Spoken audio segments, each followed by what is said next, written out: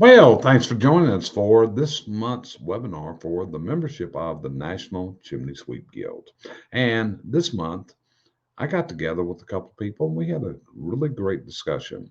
The people that I was with in this discussion was Taylor Hill from Spark Marketer, Brandy Beswell from CBC Success Group, and Cheryl Leisner also from CBC Success Group.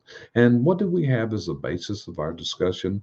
Well, it's something that is going on really big in the last few months on social media. And you can look up under the hashtag of quiet quitting to kind of see what this discussion is all about. There's been piles of videos done on Facebook and on TikTok on this. So it was a good subject matter. So what we want to get together with is what is quiet quitting and why is it becoming such a big issue amongst the younger and the older generations these days. So listen as we give all of our interpretations of what quiet quitting is and hopefully share some ideas with you of what to look out for and how to keep quiet quitting from becoming something that eats into the efficiency and effectiveness of your business. Appreciate you joining us. Hang on, and we'll be right into the discussion in just a minute. It's just a matter of we fall short of doing it, and we don't give our 100%. I think I'm understanding the quiet quitting correctly.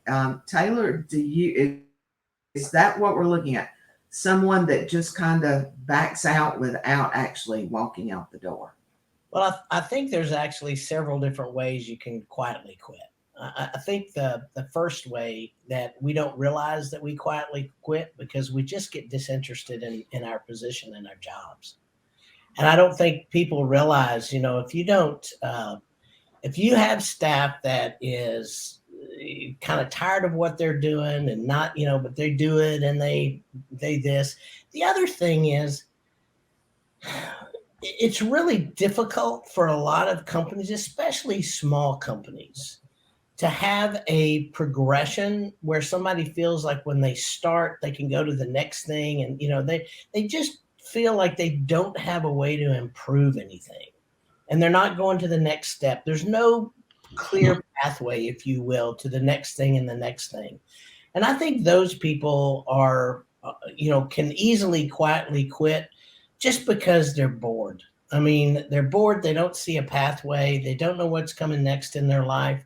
And in that particular scenario, I think we're at fault as business owners by not really communicating either a pathway or communicating how they can get better, or we need help in other areas. Would they be interested? We assume a lot that we shouldn't assume. And so we don't communicate well.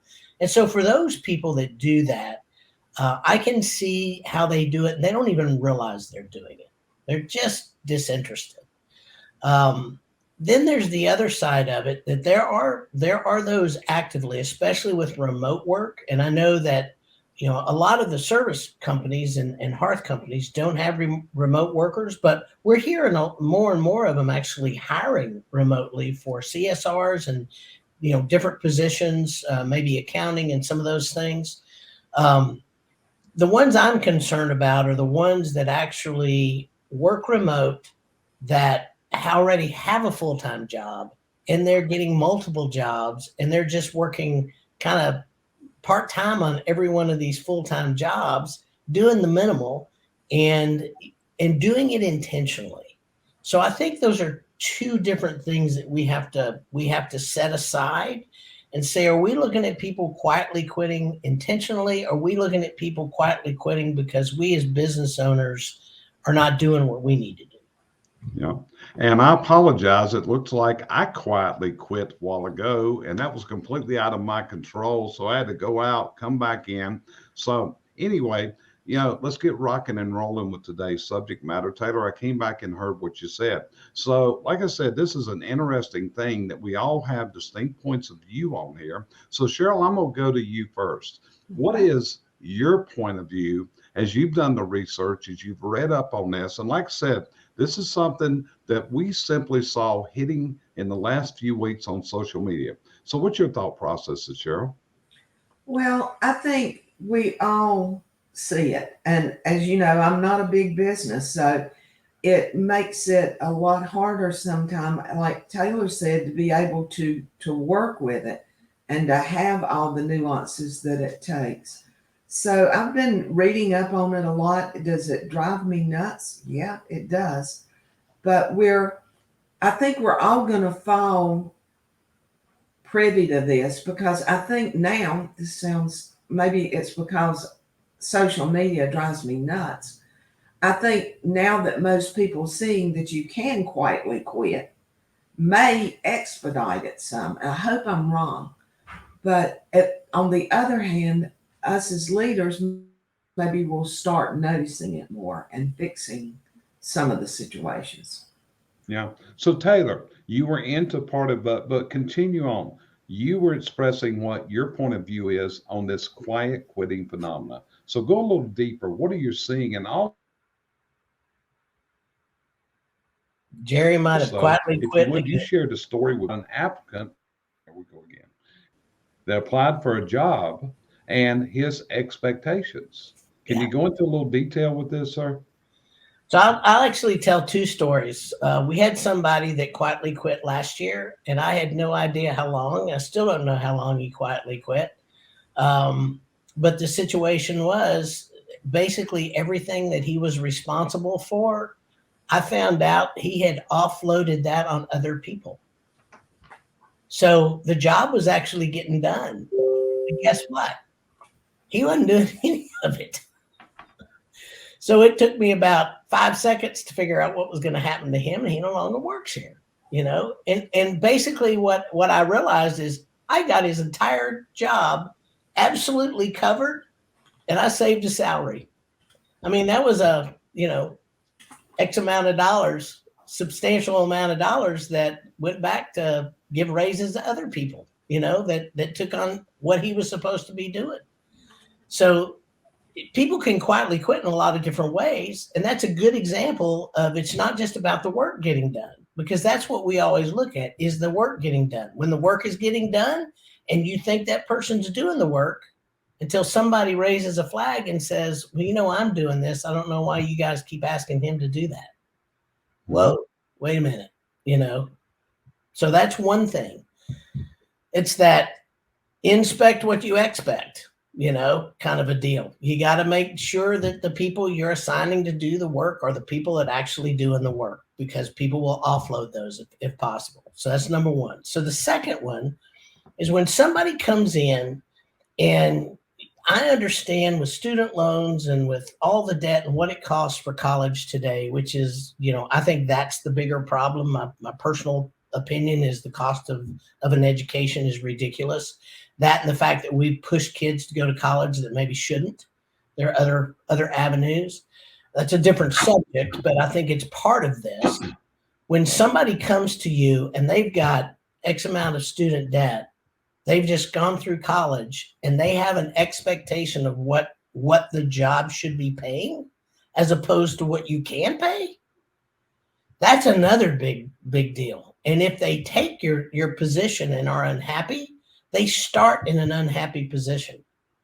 So that's another thing. When people start with you and they're unhappy right from the get-go, you can't hardly blame them, because they're just mad. But here let's get curious about this. Why do these things happen? That's what I want to know.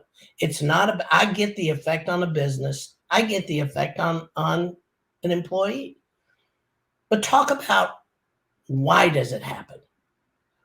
Why are kids coming out of college with unrealistic expectations? Who's setting those expectations? All right.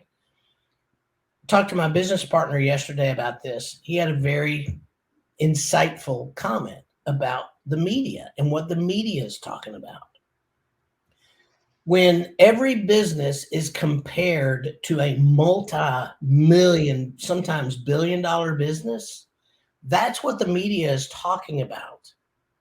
Well, the truth is, and I don't have the actual stats for right now, but when I looked it up a few years ago for something I was talking about at a convention, over 60% of everybody employed in this country is employed by a small or micro business. Those businesses, of which all of us are, we don't have the same issues that a very large corporation has. And so when the media just totally discounts and doesn't talk about the effects for our businesses, then these kids come in and they're putting their applications with us with totally different expectations. I'm a marketing company. I can't pay what Google can pay. I can't pay what Amazon can pay. I just can't. So I think we have to start getting real with our kids when they are younger and start talking about how to listen to media, how to actually cull through that so that they have a realistic expectation when they actually go to work in the first place. Mm-hmm. And Taylor, you were telling me a day about some young man that applied for a job, and he asked you about the details or the requirements. Mm-hmm. And then he asked you, he said, okay, how many hours a week is this going to work? Is this going to take? You want that one. Okay. And then you told him it's 35 to 40 hours a week. And then he had a problem because when am I going to spend time with my family? Okay. This also comes into play, but that was the story I was talking about. You shared with me a day about that job applicant that you had. I have so many stories around this. It's crazy, but yeah, and that's the other thing. We've got books out there, the 4-Hour Work Week. We have people out there online in Twitter, TikTok, all that. I can't tell you how many people out there saying, all you have to do is work 10 hours a week and you can make X amount of dollars. You don't even have to stay there. You can make gazillion dollars and travel the world.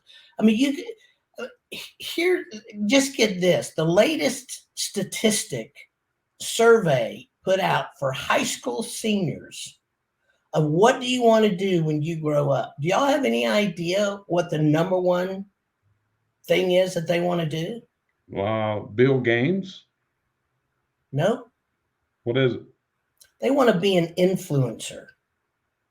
Whether it's on TikTok or whether it's on YouTube, that's their number one goal.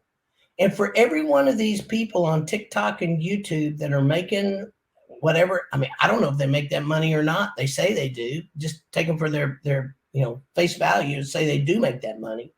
How many of them out there are not making anything? Mm-hmm. Yeah. They're struggling. So my point is we have such unrealistic expectations that we are setting our kids up with. And no wonder they have mental health issues, anxiety issues. When somebody works for me and we have a very loose, y'all know this. My guys, they work on their own schedules. Most of my full-timers can do everything they need to do most of the year within 35 to 38 hours.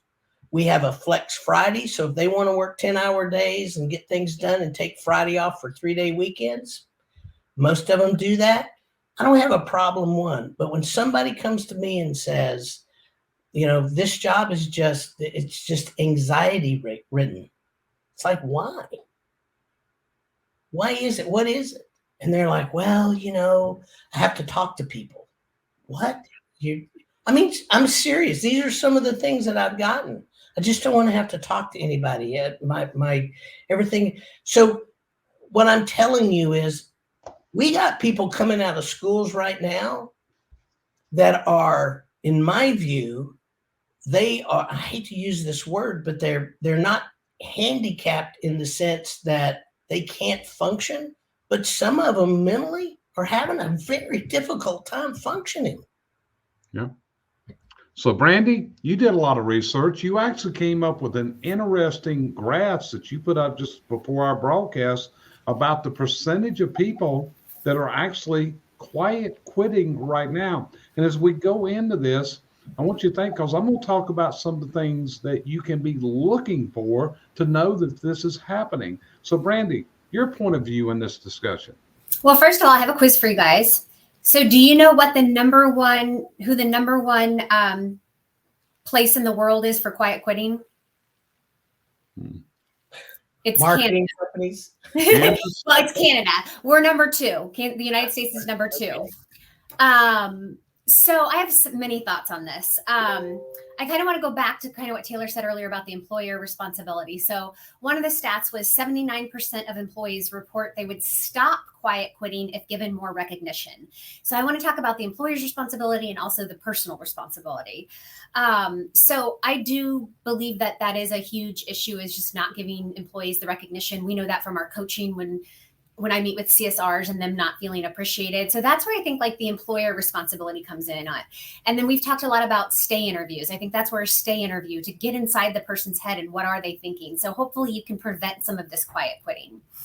But from a personal, that's also where I would turn it around and say to the employee, well, why didn't you come and tell me you were bored?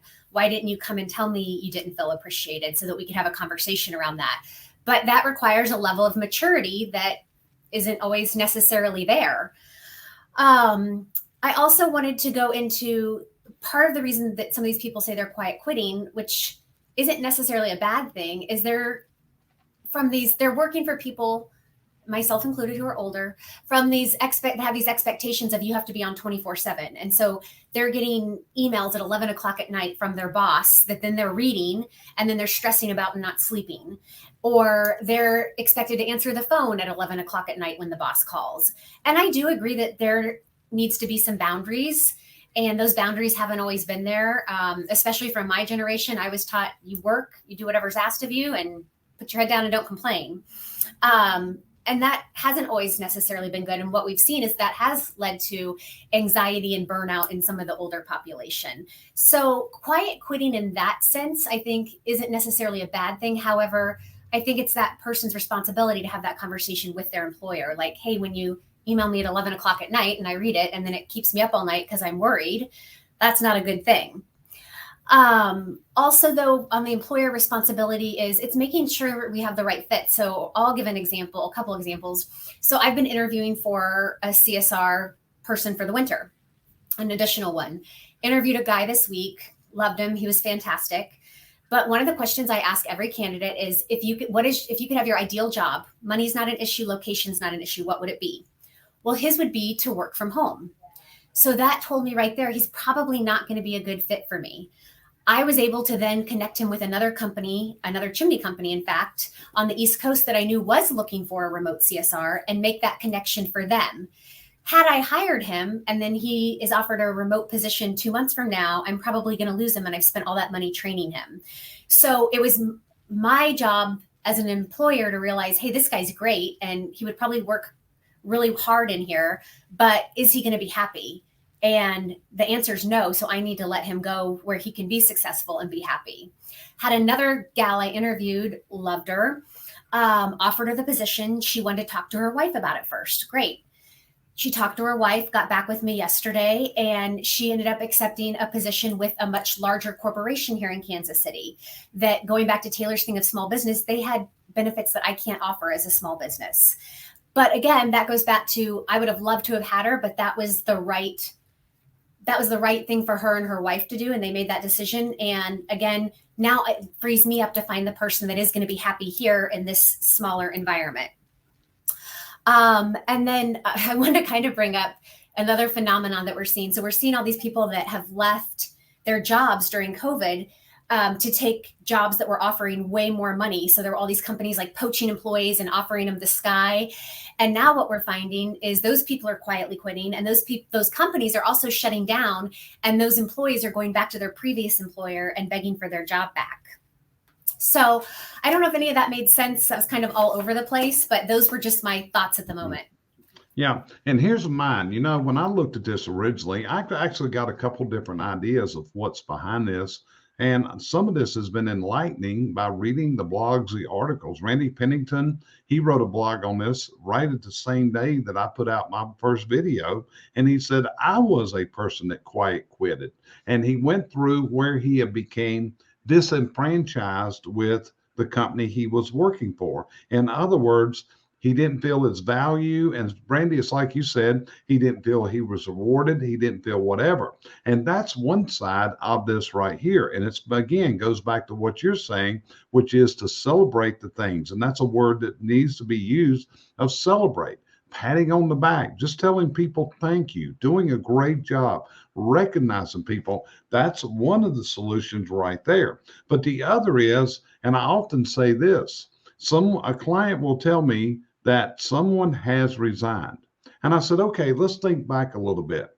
Was there a trail? Was there a history? And often what we find out is someone starts cutting back because of that disenfranchisement. And what actually happens is, if you can't turn it, you're going to end up with a resignation in 6 months to a year. And I often tell people, hey, they may have resigned today, but they actually quit 6 months ago. And what you've got to do is do exactly what Taylor said a while ago.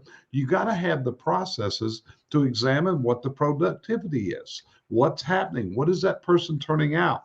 You got to be able, and 2 words I learned from you years ago, Taylor, that I use very much, is you got to track and measure what's happening in your company. And so many people don't track and measure. They don't look at it. Like Brandy knows how often we talk about waste and how much money is being lost in companies due to waste, because they're not tracking, they're not measuring. They just get used to it happening and they don't even see it any longer. It's just disappearing. And I'm afraid that's what may be happening here, is we're just not observant of what's happening. And also, are we losing touch with our people? Do we know what's happening with our people in their personal lives? Because a lot of times someone can have personal issues that is also going to come in. I mean, it could be as simple as, we're all pet lovers here. I don't know one of the 3 of you that if something happened to one of your dogs, it's not going to affect you this day, because all of us have animals that are almost like our kids at this point. Okay. So these are all the different things. So Cheryl, what would you add into this conversation based on what you've heard from the 3 of us?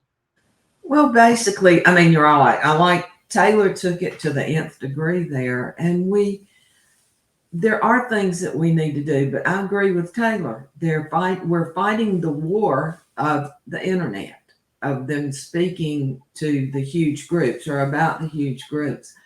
And I've always worked in smaller companies, so it's much harder to trail down and figure out what's going on until it's a little bit later in the big thing, because you don't have that many people to compare it against. Plus, we've always been, people complained about being micromanaged. So I think that's where a lot of people saw that was when we were trying to not, I look at it 2 ways. Micromanaging is trying to, you're on their back doing everything. But sometimes I think a lot of the smaller company people think you're in the face too much. But the one thing that I did read that turned me, was kind of interesting. They were talking about that along with the health insurance, that companies needed to provide mental health insurance now, because that was becoming probably more of a need than the physical insurance. When many years ago, I mean, I don't know if we were not allowed to go nuts, but we just, like Brandy, you get up, you go to work, you do what you're supposed to, you come home, you do what you're supposed to, you go to bed, and you repeat the next day. And you never thought about it. So I'm curious at what age the quietly quitting is hitting the most. I know it's the younger ones the most, but where's it starting in the line down? And I'd like to hear Taylor speak on that, and Brandy, because I think they're probably done the research that can narrow that down. Yeah, and Taylor, I'm gonna put that to you in just a second. But you just said something, Cheryl, that went to what Brandy said, which is people want to be influencers. But the problem is people are so easily influenced. Okay, being an influencer is a lot harder than it is to be influenced, and that's what happens today. People commonly get influenced. So Taylor, take off on what she just said. So I guess one of the things that I would say is when you start talking about age group, I look at it a little bit different. I look at it as generational. What happened to, my grandfather was a farmer. He was the largest independent farmer in the United States in the 60s and 70s. So I come from somebody that had huge farms. He lived in town. And when I went to visit with him on my break in the summers, guess where I was? I've hoed cotton, I've laid irrigation line, I've driven tractors, I've planted. I mean, I've done just about everything there is to do on a farm, learned how to plant vegetables, I just learned all that stuff growing up. Um, you know, I wasn't insulated from the pain, is what I'm going to tell you. I mean, I didn't get to sleep in till 10 o'clock and have my grandmother take me out to the fields after I got up and had a good breakfast. He would hit the door, and at 5 in the morning, we were up eating breakfast, whether you were awake or not, and you're in the truck and you're moving, you know? So we worked. That was my vacation. And I was 8, 9, 10, 11, 12 years old during that time. So I got to see what my work did. I got to see the bounty, if you would, of the work. When my grandmother would cook, we knew where the chickens came from. We knew where the food came from. So that's where our work, it was valued. Okay. And so I think part of the problem is not what generation did you come up in? Were you taught the value of what work is? In other words, when you work, how does that translate into the rest of your life? Part of that too is the struggle of work. Many of us don't realize that work is hard. Whether you're starting a business, whether you're, sitting doing data entry or whatever, all of us have the challenge of work. What I'm concerned with more than anything else is it's the old adage that you take a butterfly that's coming out of its cocoon. I mean, this has been proven over and over again. You cut that butterfly out of the cocoon and not let them have the struggle to become that butterfly. They're deformed when they come out. They can't fly, because it takes all that for the bloodstream.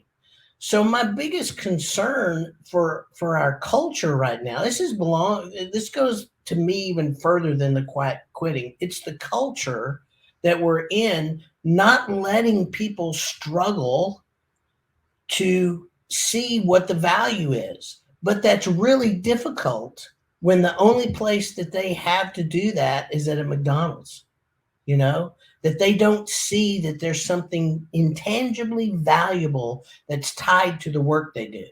So what we try to do is really stress in our business who our clients are. It's not about Spark Marketer. It's about what we do for our clients. I mean, we talk about our mission being that we are a company to serve those who serve the world, so that we tie what we do to every single company we work for and how they grow that company in that neighborhood to provide jobs and taxes and, for people to buy homes and those kind of things.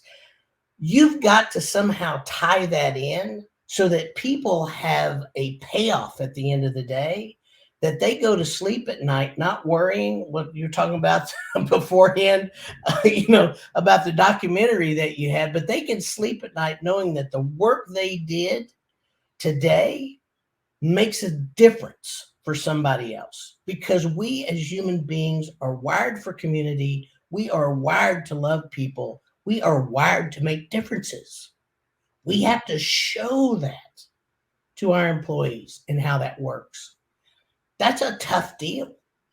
That's a high bar.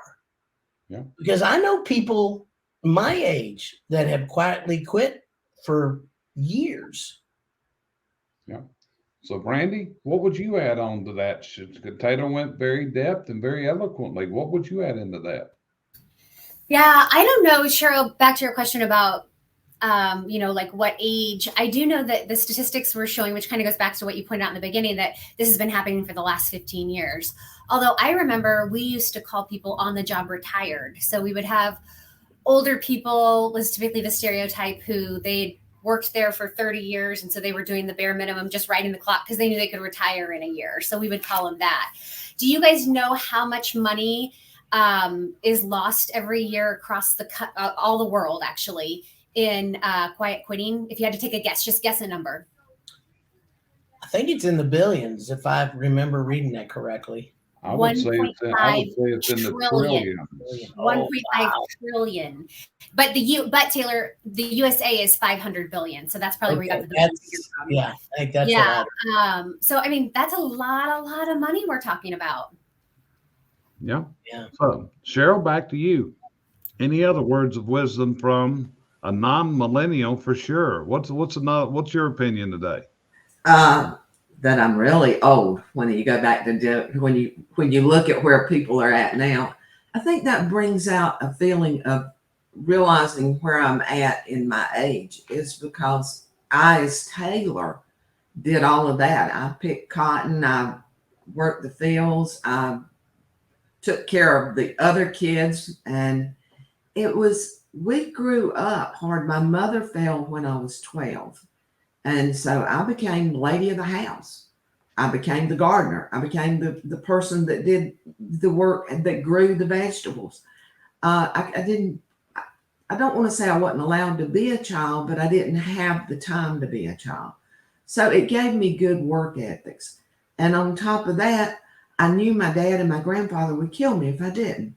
So I had a driving incentive. And I know that's not one that we can put on people nowadays.